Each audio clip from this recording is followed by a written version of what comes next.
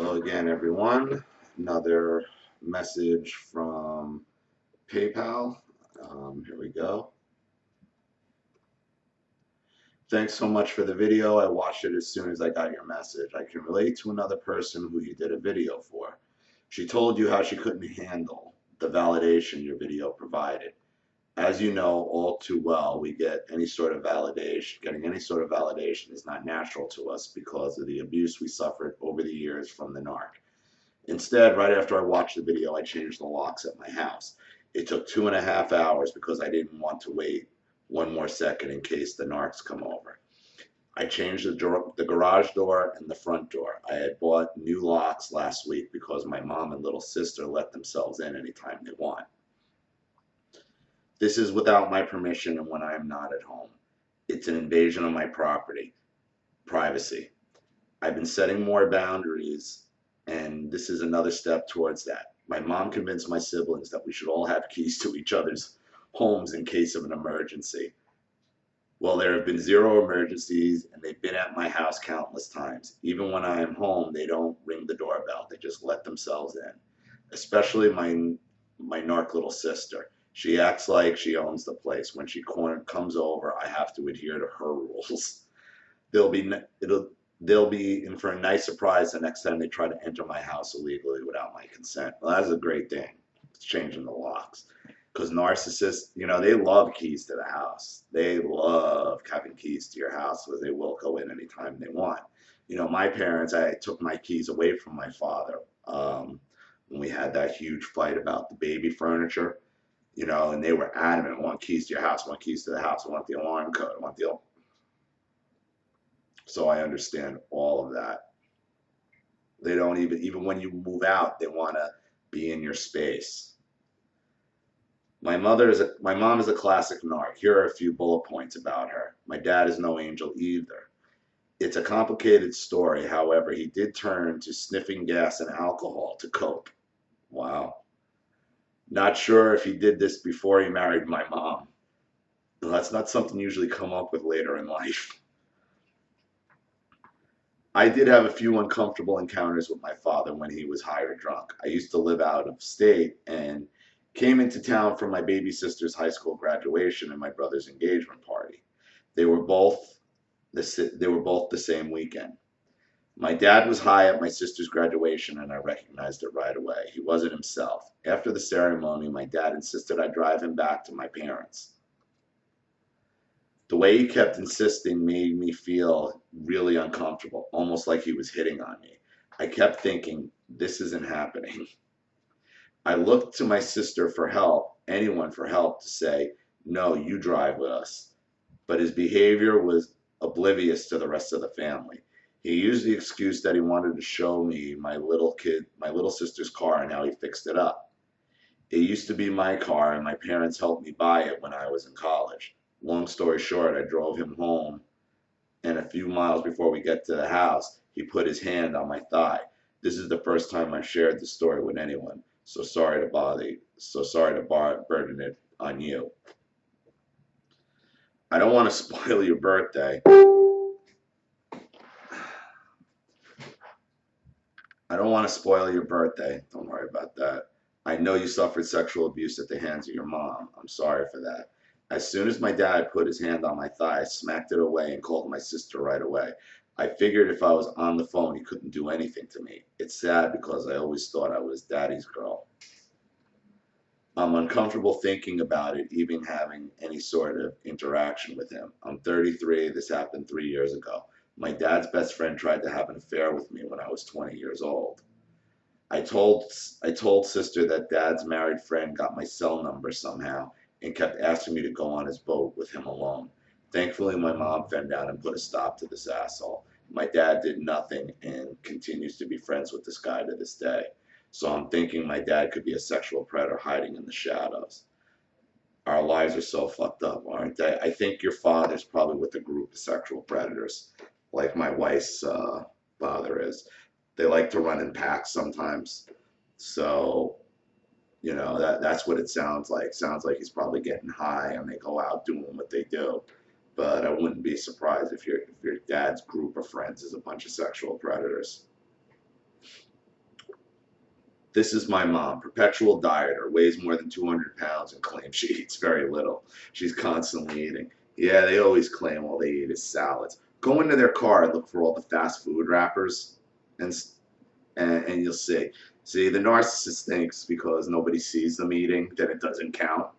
Meanwhile, they go from one fast food restaurant to another, and usually they hide the shit in their cars. Claims to have many hidden diseases. She doesn't work, but is strong as a horse when she puts her mind to it. Yep, they're constantly at the doctor for all these ailments that they can never find. There's, but it bothers them, But when they go to the doctor, there's never anything wrong with her. She's the perpetual victim and doesn't get along with anyone except for my golden child sister. She has zero boundaries and she's always right. We kids and my dad are dumb and need her to run our lives. She's physically abuses. Her mom is a narc. She hates her mom. She bashes my dad and poisons us kids against him every day. She threatens us and threatens to call the cops on me because I was being disrespectful. Everything to her is disrespectful. She's also a hoarder. There are 100 things she embodies. This hoarding thing? When they start making threats about calling the cops, that is so, a lot of hoarders do that so you don't call the cops on them. So they want to get you afraid to call the police because they're the ones who actually should have the cops called. What you should do is you should threaten to call the police and call adult services or whoever about her hoarding addiction. And if the house is in disrepair, call the city, call whoever about her hoarding addiction. She's the one afraid of the cops. That's why she keeps threatening you with them. Thanks, Ollie, you saved my life. I mean, literally. I can't tell you how many times my mom has stripped me of any self-worth or gets her flying monkeys to do her bidding when she can't.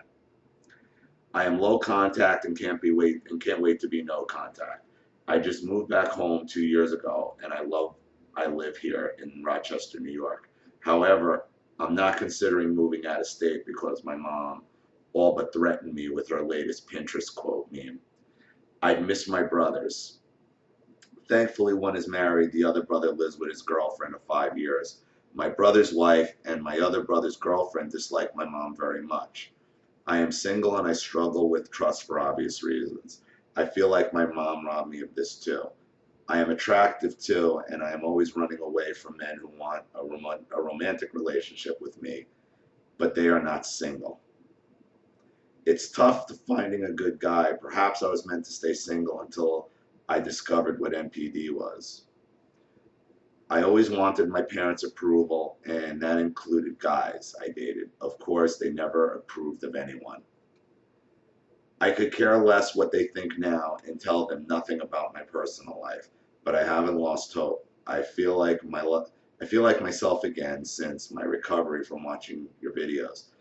I've never had problems finding a boyfriend, or perhaps it's good that I'm single during the healing process. Sometimes it is. Sometimes it is. But you are keep drawing in married guys for whatever reason.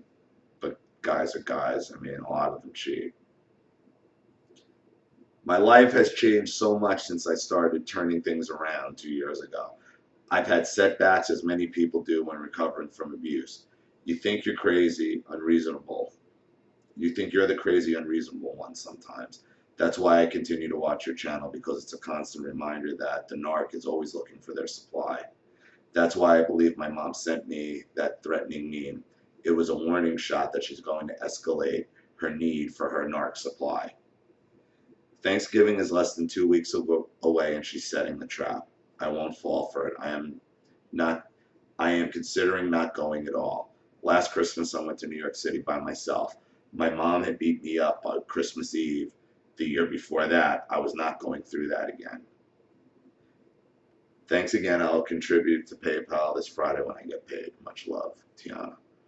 All right, yeah, this is the girl with the Facebook meme, and like I said, these narcissists, they get violent as it goes on and on and on and on. They keep getting more and more violent. It's unreal. It's unreal because they just follow a damn pattern. And, you know, it never changes. You know, their pattern just keeps going, and they'll keep escalating and escalating and escalating.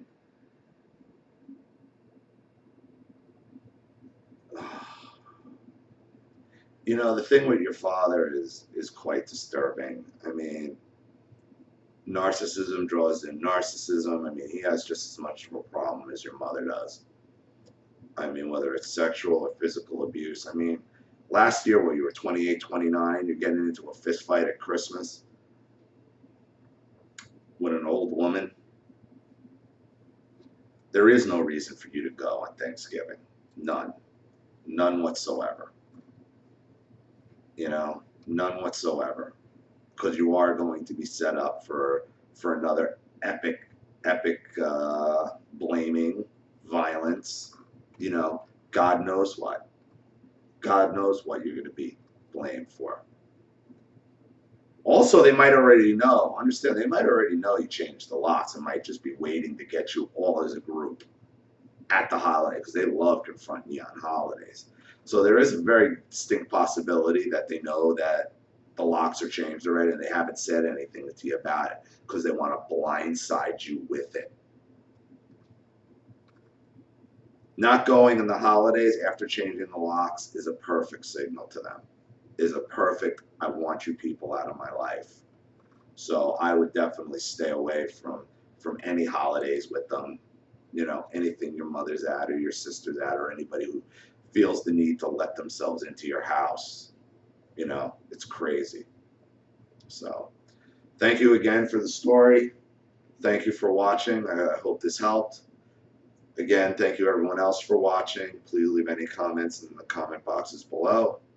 And again, if you enjoyed this channel, please consider making a contribution to the PayPal link in the description box. And remember, if you make a donation of any amount and you want your story made into a video, you go right to the top of the list. Zali Matthews. Thanks for watching. I'll see you all again soon.